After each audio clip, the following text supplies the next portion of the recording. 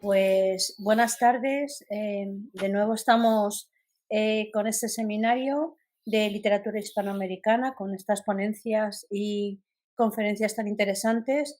Ahora me toca presentar a la profesora Giovanna Lubini Vidal, además de ser una magnífica docente. Es académica e investigadora del Instituto de Lingüística y Literatura de la Universidad Austral de Chile. Estudió magíster en literatura hispanoamericana contemporánea y es doctor en ciencias humanas, mención discurso y cultura por la Universidad Austral de Chile. Su ámbito de especialización es la literatura hispanoamericana, con énfasis en la producción poética de vanguardia y neovanguardia de Latinoamérica. Además, ha estudiado los procesos de construcción de poéticas de género y amerindias. Ha colaborado en proyectos de investigación vinculados a la escritura de vanguardia en Hispanoamérica y sobre literatura indígena contemporánea, y actualmente dirige el proyecto de investigación Umbrales estéticos, poesía y visualidad de la cultura andina en la obra de escritores chilenos y peruanos contemporáneos. Tiene numerosísimos artículos de su especialidad que han sido publicados en diferentes revistas, tanto en Perú como en Chile. Ha publicado como editora el libro de Discursos y Culturas, Miradas a Latinoamérica, desde la Transdisciplinariedad, Chile 2010, y su estudio de vanguardia andina, Migrancia, heterogeneidad textual de Cábala para inmigrantes, de José Luis Ayala. Y bueno, ante todo lo vamos a pasar estupendamente porque Giovanna Lubini es súper divertida y siempre nos hace pasar un rato muy agradable con sus presentaciones. Cuando quiera, Giovanna, muchísimas gracias por acudir a nuestra cita. Muchísimas gracias a ustedes, estimada María Soledad, y gracias por la presentación. Un saludo a todos quienes coordinaron esta invitación desde la Universidad de Alicante. Me complace y me honra participar en esta instancia con ustedes. En este contexto, bueno, quiero contarles un poquito cómo llego hasta acá, porque me invitaron a presentar originalmente, ¿no?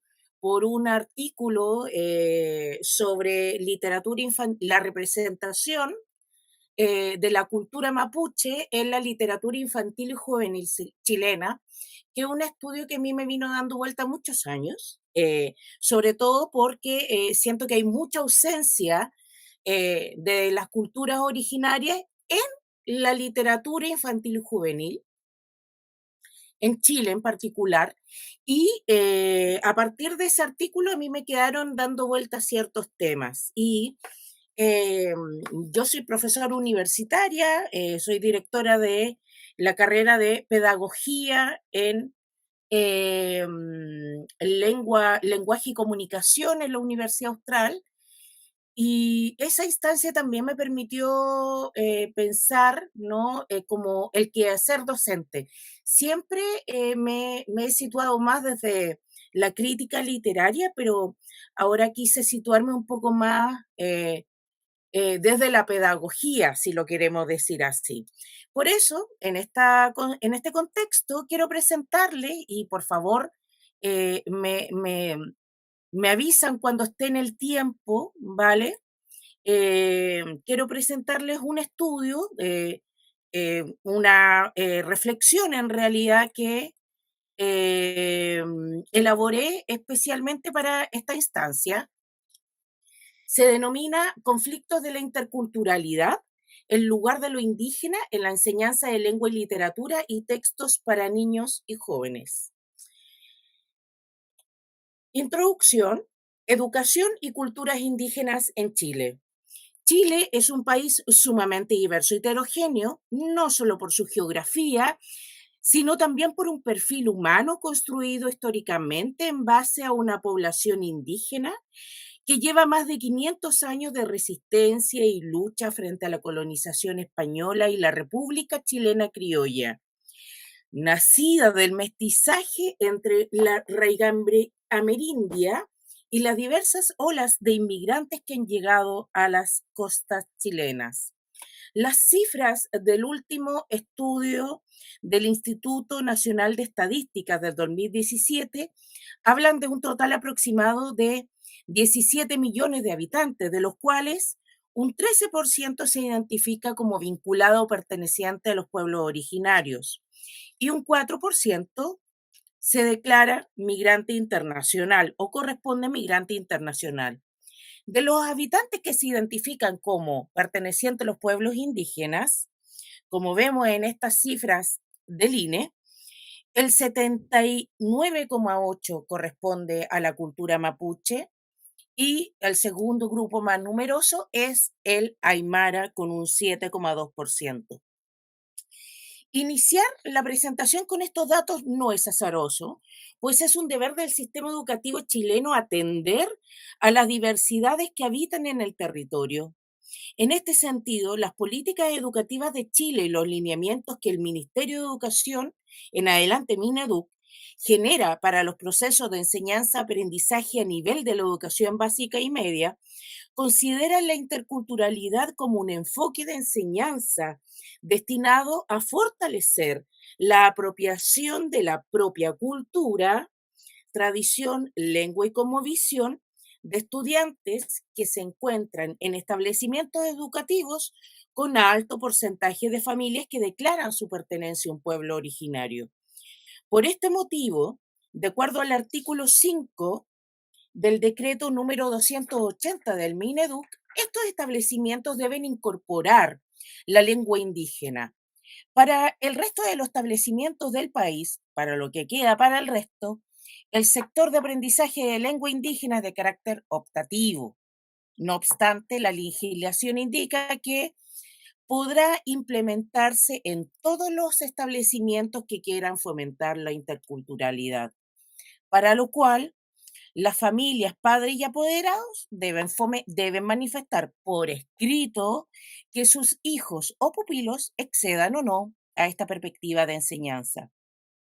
Si bien este modo de abordaje formal de la interculturalidad en el sistema educativo es parte de lo que muchos estados proponen, por obvias razones parece no ser suficiente tanto por sus alcances, perspectivas y formas de implementación, pues la interculturalidad y la diversidad en Chile se han profundizado con los procesos migratorios, sean estos internos, migración campo-ciudad, o externo, población migrante proveniente en la última época, ¿no?, de Centro y Sudamérica. Estos aspectos, de acuerdo al investigador José Mela Contreras, se concretizan, y cito, en una mayor presencia de estudiantes migrantes en aulas chilenas provenientes de países como Haití, Venezuela y Colombia, presencia que genera tensiones debido a un incremento de actitudes discriminatorias y racistas, ya que, afirma, en Chile se evidencian conductas de rechazo, acoso y discriminación a estudiantes de enseñanza y media básica por su nacionalidad, condición sexual y de género, pero también por su origen étnico, incluyendo el color de piel. Fin de cita. Esta dura realidad que enfrentan estudiantes y docentes de todo el país ha implicado un desafío para la construcción de una educación basada en los derechos humanos, que se haga cargo de la diversidad y que pueda propender al desarrollo de una sociedad intercultural. La Ley General de Educación de Chile, promulgada el 2009, establece entre sus principios la integración, esto es, la incorporación de estudiantes de diversas condiciones sociales, étnicas y religiosas, económicas y culturales. Así también la interculturalidad, entendida como el deber del sistema de reconocer y valorar al individuo en su especificidad cultural y de origen, considerando su lengua, cosmovisión e historia, de acuerdo al artículo 3. De este modo, el deber de esta ley que establece para el sistema educativo es el de promover políticas educacionales que reconozcan y fortalezcan las culturas originarias, en su artículo 4, de todas y todos los estudiantes. Esta ley se concretiza en la posibilidad que entrega el decreto 280 de transversalizar el enfoque intercultural, de modo que todos los establecimientos del país lo puedan adoptar. Y por otra parte, la posibilidad de implementarla en aquellos establecimientos educativos que tengan un 20% o más de familias de raigambre indígena, que por supuesto generalmente se encuentran situados en contextos rurales. Diversos estudios críticos, no obstante, han puntualizado que la propuesta de la ley se transforma en una declaración de buenas intenciones que se queda en el ámbito de lo simbólico, pues, como lo propone Moreno, la educación intercultural en Chile no funciona como una perspectiva decolonizante.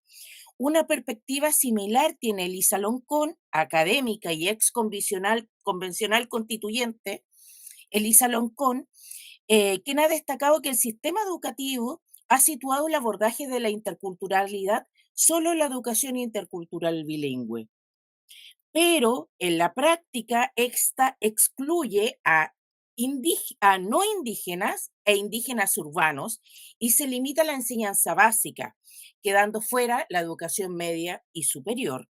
Y además, no hay una real representación de lo indígena en la educación chilena. Además, agrega, y cito, que el programa de educación intercultural tampoco tiene incidencia a nivel nacional, no posee presupuesto o muy escaso y no tiene recursos humanos requeridos para hacer un seguimiento de las experiencias educativas. Fin de cita.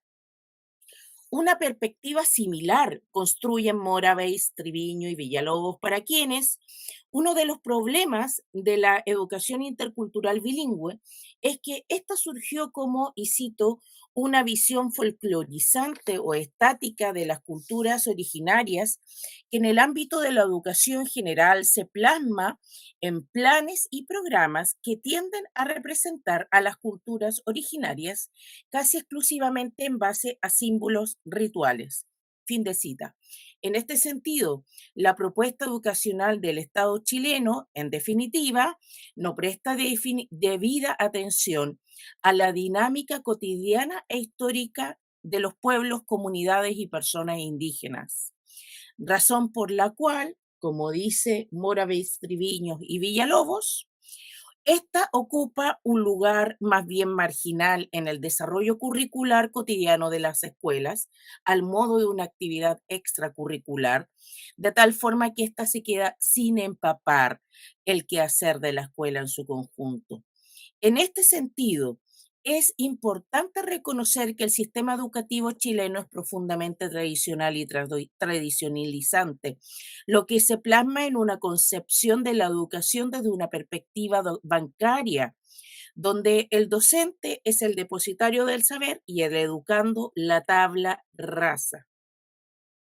En el ámbito de la interculturalidad, como lo reconoce Fuentes Villugrón y Arragada Fernández, esto se traduce en que nuestro país, cito, la mirada educativa es de carácter colonizador y homogeneizador, por lo que busca chilenizar a los estudiantes que provienen de otros contextos interculturales.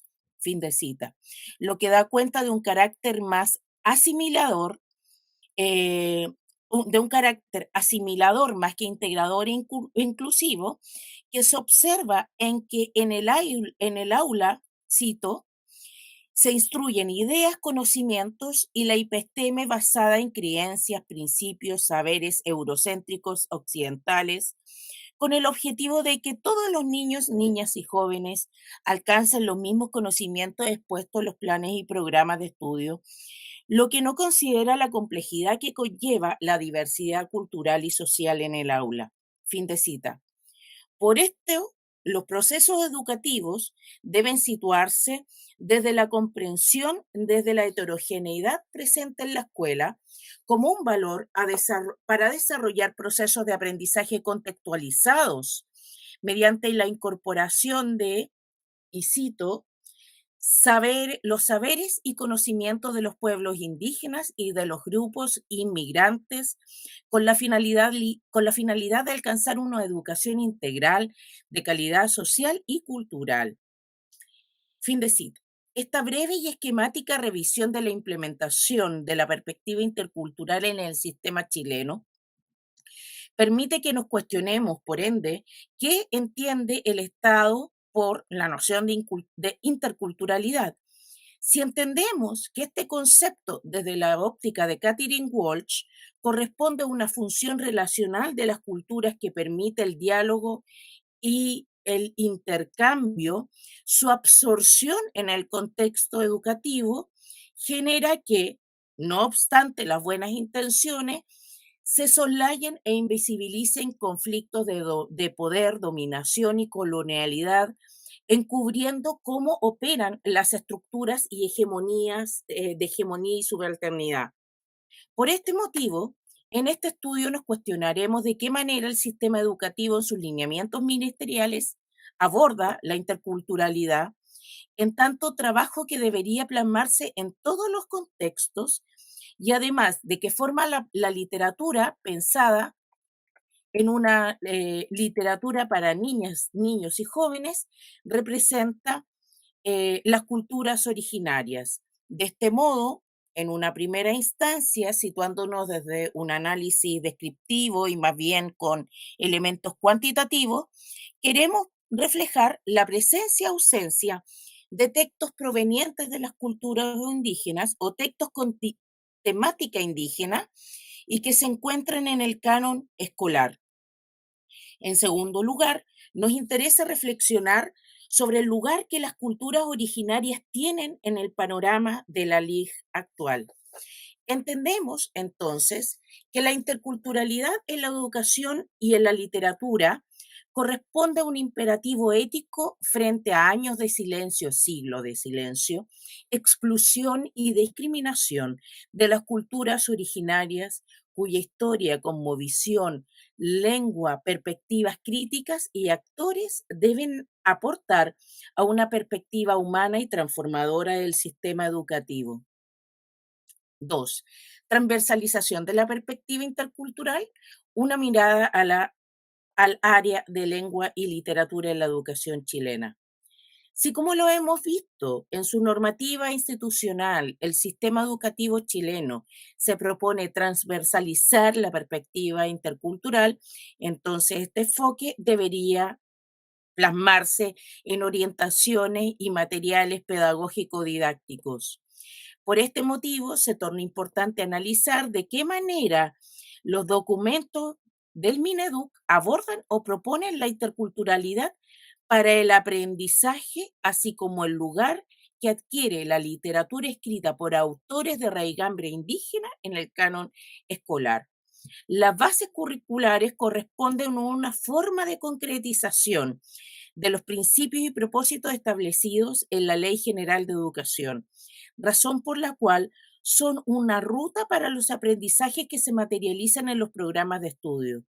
Las bases curriculares propenden un abordaje educativo desde el prisma de los derechos humanos, los cuales se manifiesta en objetivos de aprendizaje transversales con una perspectiva integral sobre el proceso educativo de la niñez y juventud en su dimensión física, afectiva, cognitiva, sociocultural, moral y espiritual.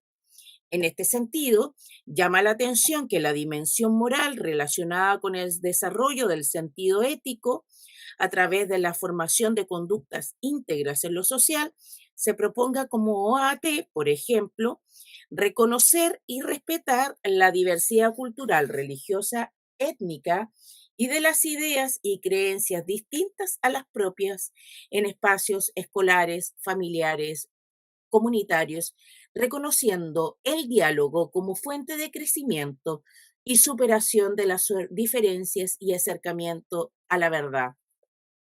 No obstante, el OAT 14 al mismo tiempo plantea valorar la historia y sus actores, las tradiciones, los símbolos y el patrimonio social y cultural de la nación, sin que exista una visión plural de las identidades y culturas que enmarca la ficción, al decir de Benedict Anderson, de un todo nacional que es, sin duda, nada más que una totalidad contradictoria, siguiendo Cornejo Polar, que se manifiesta en un discurso y una historia oficial y occidental que no incluye la representación de los pueblos originarios.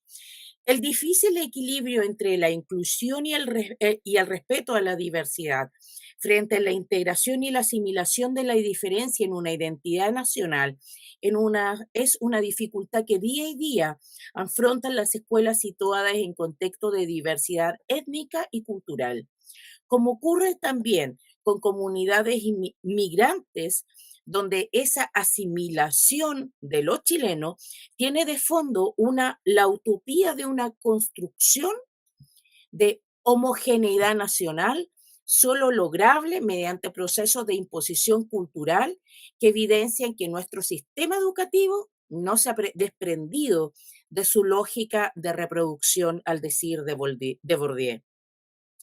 El enfoque que asume el área de lengua y literatura dice ser de carácter cultural, en tanto que el eje de lectura tendrá por objeto generar un espacio de acercamiento de los estudiantes a, cito, sistemas de creencia y formas de vida que configuran identidades personales, sociales y nacionales. Fin de cita, al mismo tiempo que busca acercar a niñas, niños y jóvenes a una experiencia literaria mediante una propuesta de textos escogidos para fortalecer la competencia literaria.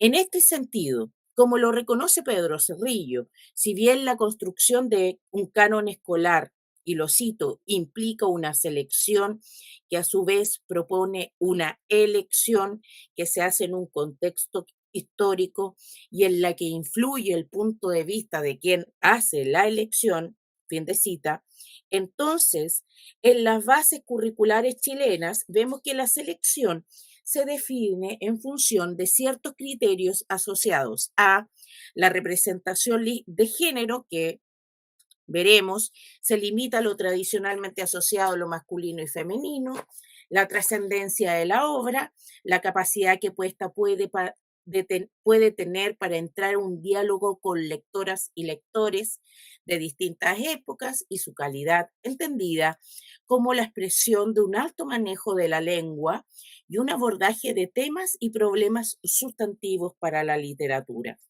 De modo que, de acuerdo a las bases curriculares, el estudiante pueda familiarizarse con textos de autores, hombres y mujeres, antologados o premiados, que aparezcan en historia de la literatura, que sean representativos de un género o época y que hayan sido objeto de crítica especializada. Por supuesto, en la praxis de las aulas chilenas surgirán otros criterios importantes para la mediación de la lectura, como la accesibilidad, la disponibilidad del texto y la estructura cultural del gusto y el hábitus de la generación receptora.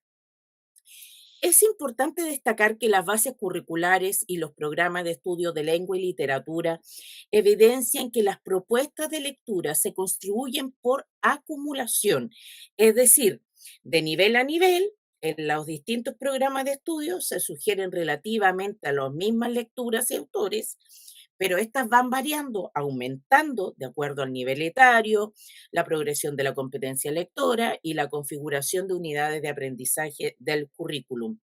Si observamos las lecturas que priman en enseñanza básica, primero a sexto básico en Chile, de niños de 6 a 11 años, parece ser que el objetivo que prima es crear un acervo cultural compartido en base a lecturas canónicas.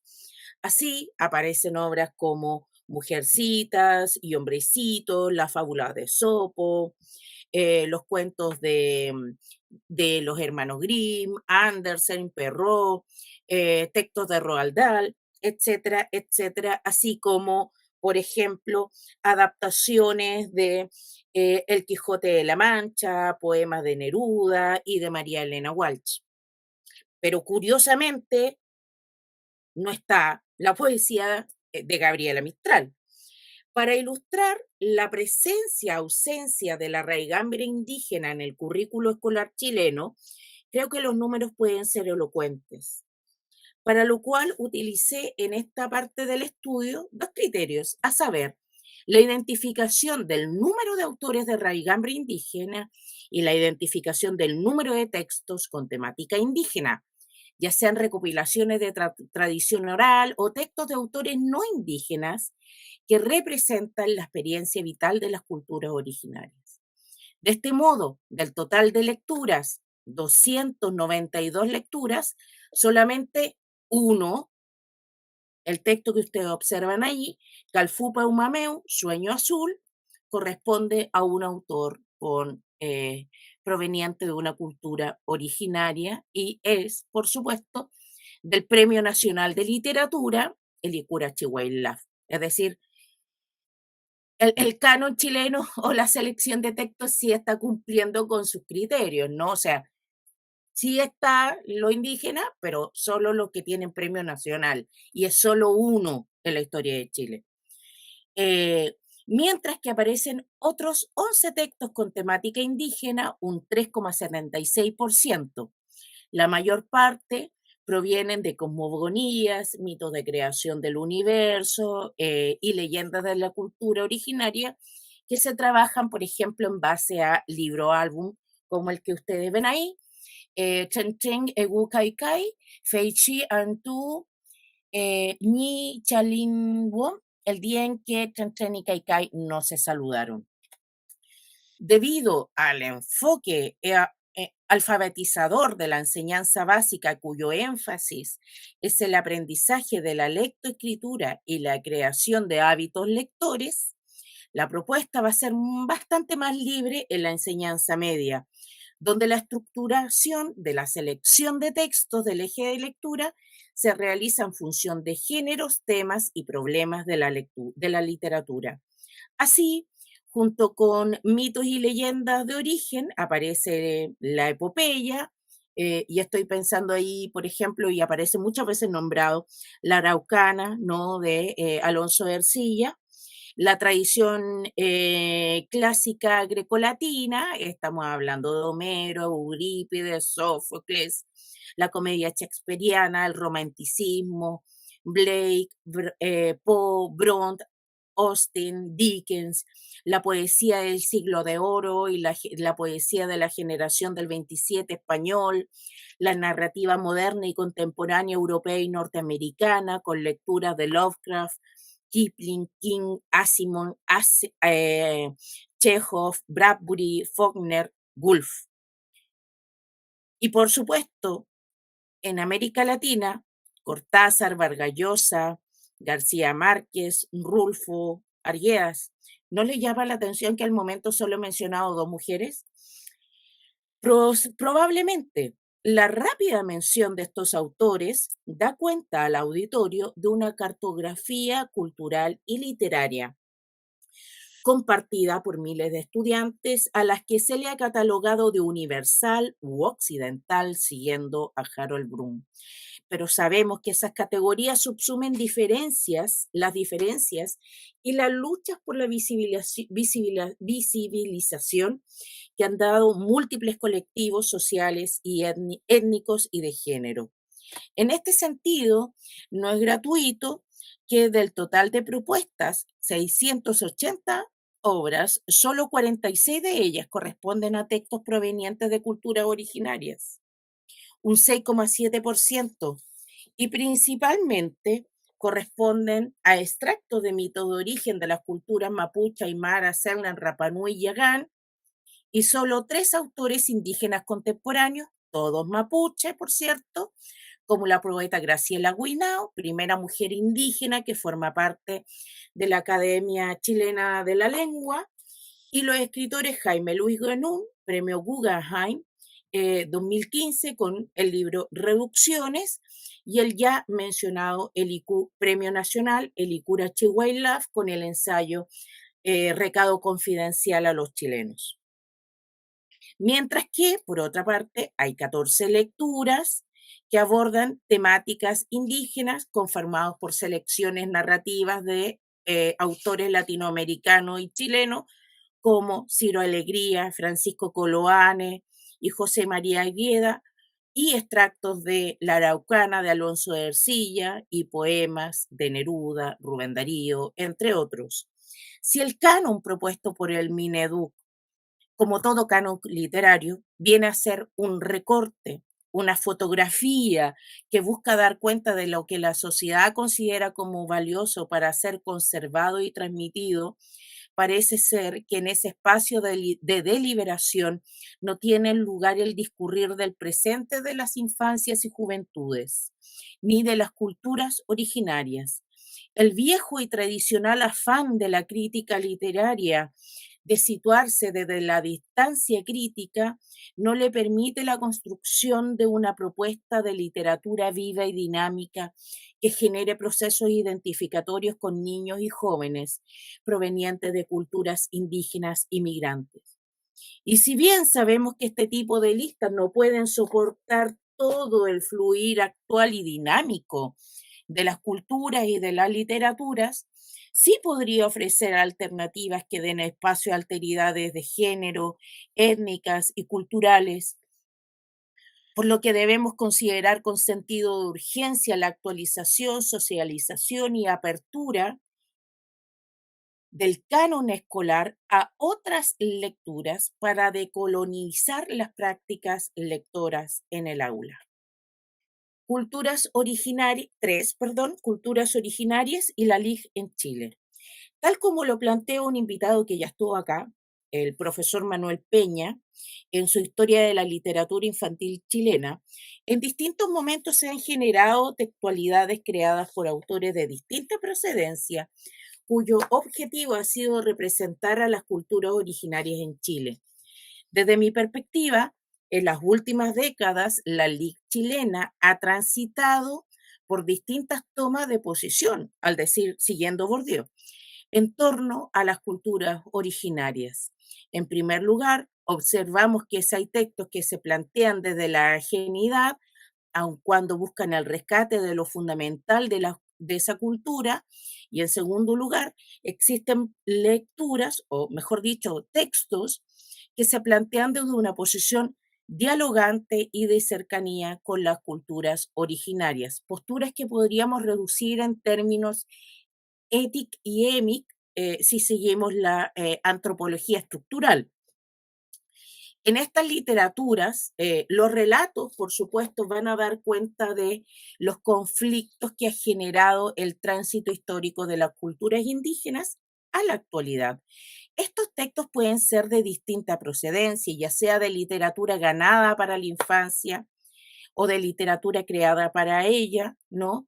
Y en este último ámbito encontramos obras como La Araucana, ya mencionada, y recopilaciones de cronistas como Félix de Augusta, que se transforman al lenguaje del mito y la leyenda, que transforman, perdón, al lenguaje del mito y la leyenda, la conmivisión mapuche, que se transmite a través de la oralidad de los PIAM, relatos fundacionales, y los CPEU, relatos de función didáctica, tal como ocurre, por ejemplo, con el texto allí presente, Chen Chen y Kai Kai Filú, eh, hipotexto que posteriormente ha sido adaptado para el público infantil chileno.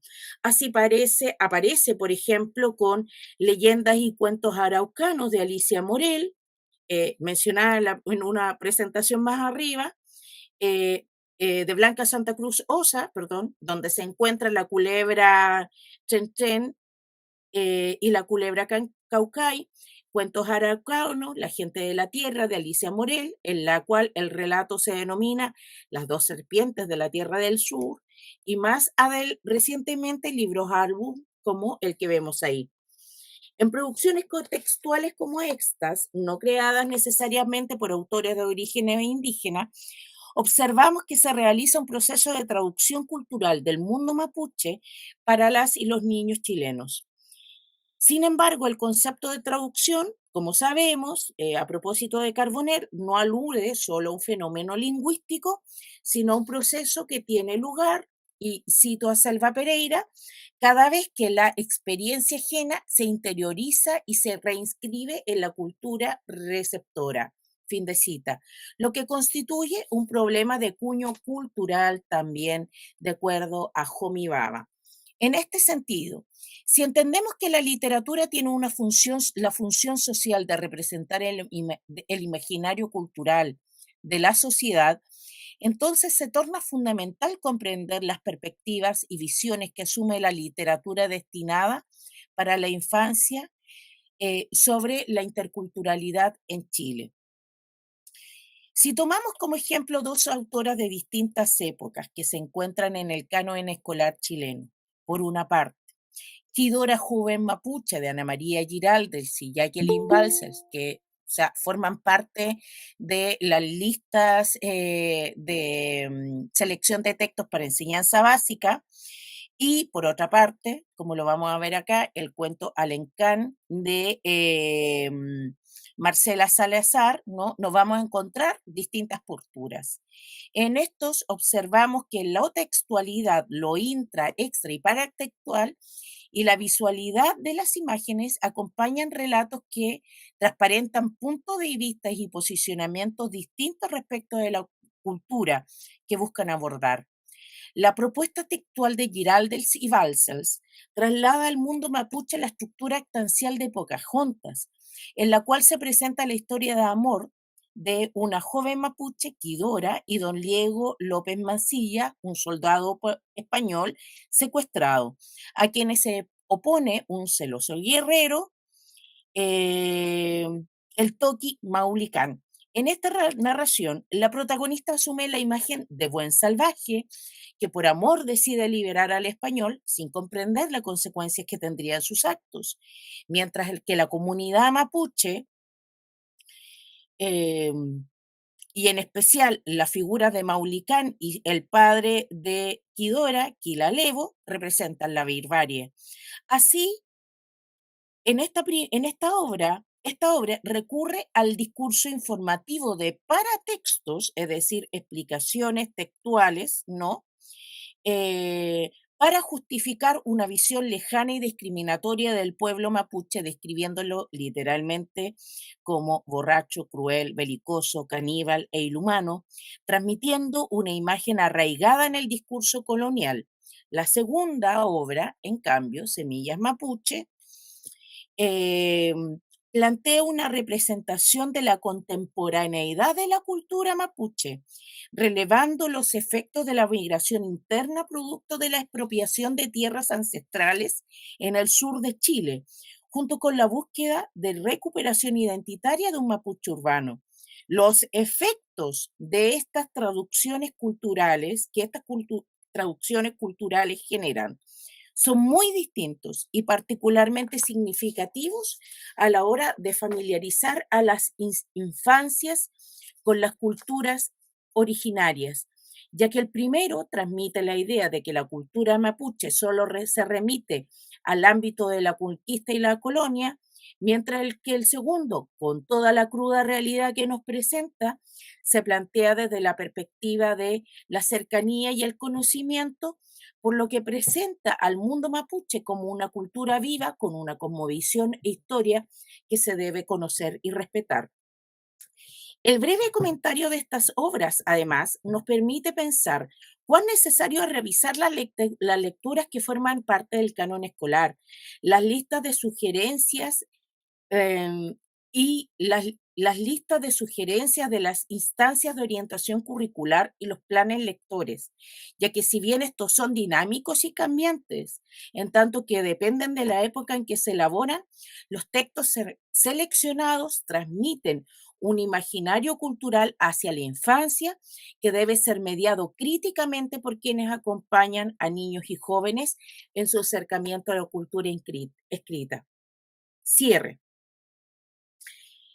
En el sistema de la LIG, progresivamente, como hemos visto, se han ido incorporando textos literarios de autores indígenas que, salvo pocas excepciones como el Icura Chihuahilaf, entran al canon escolar chileno, pero que buscan elevar y relevar las voces de la propia cultura en tanto forma de autorrepresentación. Ejemplo de ello es el proyecto de la editorial Pegüín, que fue pionero al ilustrar los poemas de Licura Chihuahilaf. Otro antecedente en la traducción al Mapudungun de El Principito de Antoine Saint-Exupéry, bajo el título de Chipichi Ulmen, que busca poner a disposición de los niños mapuche un clásico de la literatura universal en su propia lengua. En el caso aymara, va a ser, por mencionar las dos culturas que tienen mayor número de habitantes, ¿no? En el caso aymara, es importante mencionar la editorial Chihuancu, del lingüista y académico Juan Carlos Mamani, con la compilación de los textos de relatos orales, como los que vimos ahí, Aymara Jaguarinaca, relatos aymaras y cuentos del Tibula, así como la pequeña novelita, texto Curmi, historia de dos niños pastores. Sin embargo, gran parte de la producción estética de creadores indígenas adoptada o ganada para los niños chilenos se encuentra alojada en el programa de educación intercultural, intercultural bilingüe y no traspasa necesariamente el resto del canon escolar. Y se encuentra alojada, por ejemplo, en antologías y textos pensados para este contexto. Así, son fundamentales, creo, la antología Rayengay Tindungun, La palabra en la flor, poesía mapuche para niños, de Jaime Luis Winun, y por otra parte, Kimun, aprendiendo mapudungun a través de poesías y relatos de María Isabel Lara Millapal y Lícona Saavedra Garretón. Si bien estos textos están pensados para la educación de la infancia mapuche, su objetivo es mucho mayor, pues tienen por objetivo una educación intercultural de doble vía, no solo para niños y niñas mapuche, sino para todas y todos los niños y niñas pertenecientes o no a las culturas originarias, donde para que la palabra constituya un espacio de mediación cultural, pues esta tiene el poder de transmitir la experiencia vital y cotidiana de las culturas indígenas en el mundo actual. En este sentido, a modo de proyección, es posible decir que un desafío de la LIG es la incorporación a su repertorio de las producciones de creadores indígenas y analizar que, por cierto, elementos culturales, estéticos y cosmovisionales se relevan en su autorrepresentación, además de considerar el rol de los y las educadores tradicionales, de la tradición oral y, por supuesto, la palabra de las niñas, niños y jóvenes en su diversidad. Solo de esta manera, creo, se podrá conformar un canon escolar y una LIG para todas las infancias en Chile. Muchas gracias. Pues muchísimas gracias a la profesora Lubini, que además se ha ajustado en el tiempo, tenía 5 minutos todavía y no me ha dado tiempo ni a interrumpirla. Muchísimas gracias por su ponencia.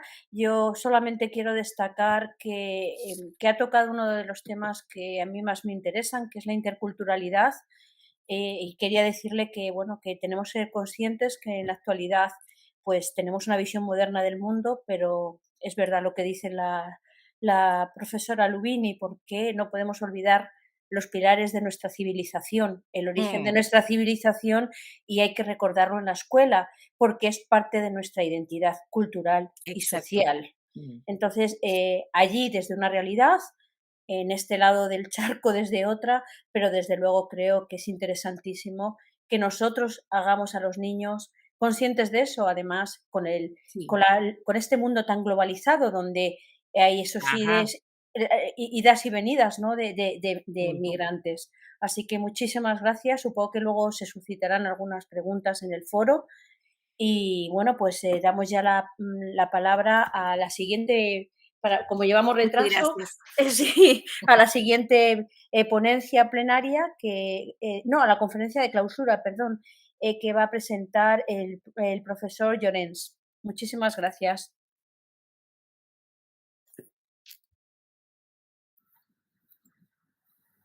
Y gracias a Giovanna Si les parece, eh, hacemos un corte de un minutito, a ver si Ramón se conecta y ya pasamos con Gustavo. ¿Qué tal, Gustavo?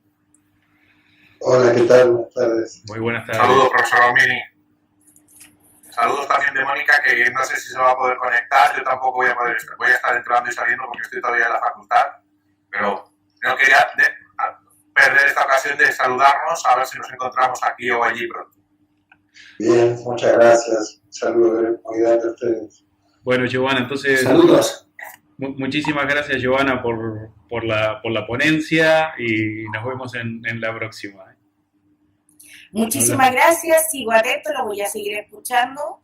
También me toca volver a las actividades académicas. Pero de todas maneras he estado escuchándolo, agradezco nuevamente la invitación y los amables y amorosos comentarios de María Soledad. Así es que hasta pronto, ya nos encontraremos de nuevo. Gracias, un placer también a escucharla.